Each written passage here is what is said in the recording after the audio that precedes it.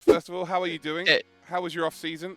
my off season, yeah, it was good, mate. Good amount of skiing, good food, which I think is always important. But yeah, I enjoyed it. It's nice, the season is so long that I think it's important also to have your time off. No, I no, think everyone can agree on that. I can agree about the food situation. It's always off season in this house.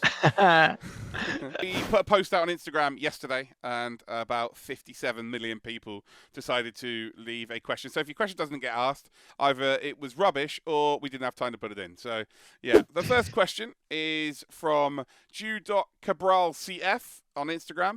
What moment as a kid watching Ooh, a new F1 sub. made you dream of becoming an F1 driver?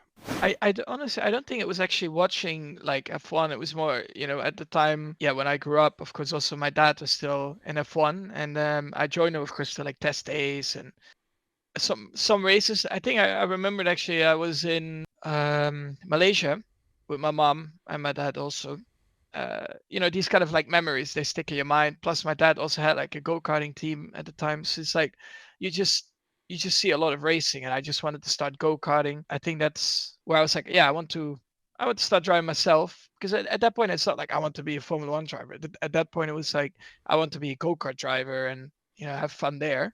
And then the more serious go-karting became, then you start to look at what is the highest that you can achieve, and that's Formula One, right? So I think it just went step by step, and when I was like 8, 9, I guess you're like the goal. We set the goal to Formula One.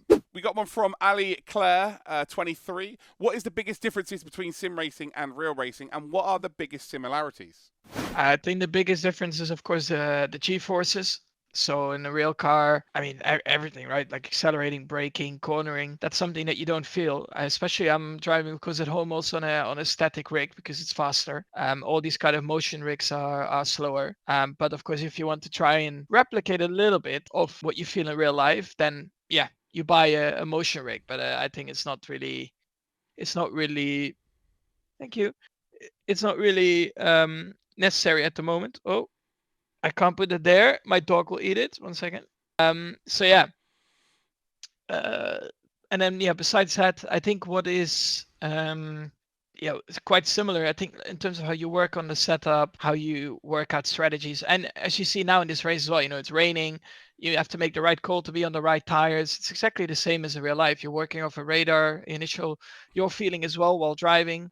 So for me, I would say it's like 95% there, but that 5% is mainly just that real touch of you strap yourself in the car, and then yeah, the G forces. Fair enough. The chat have basically just asked this question then. Dog confirmed. Everyone's got excited.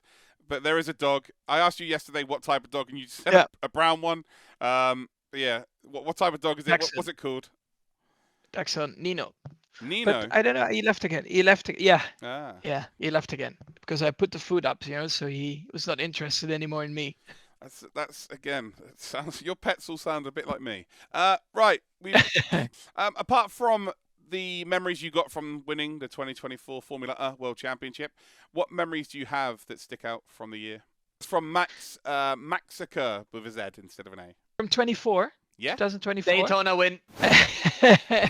Yeah, sharing the car with Johnny, that was an all-time high. I think in terms of anger management as well.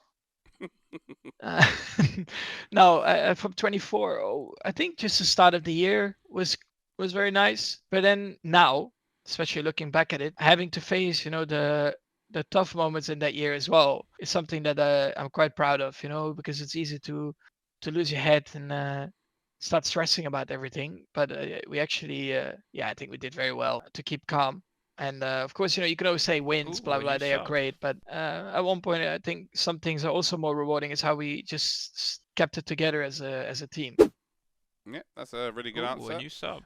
This is from Fulop_Janos_K. What happens to your race suits after each race? Do you get a new one each weekend?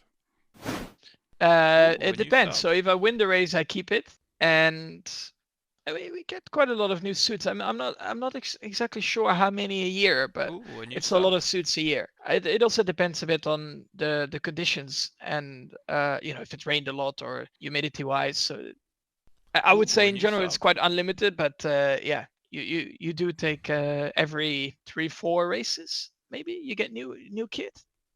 something like that. 4 races. Fair enough. Yeah, probably something like that. I don't know.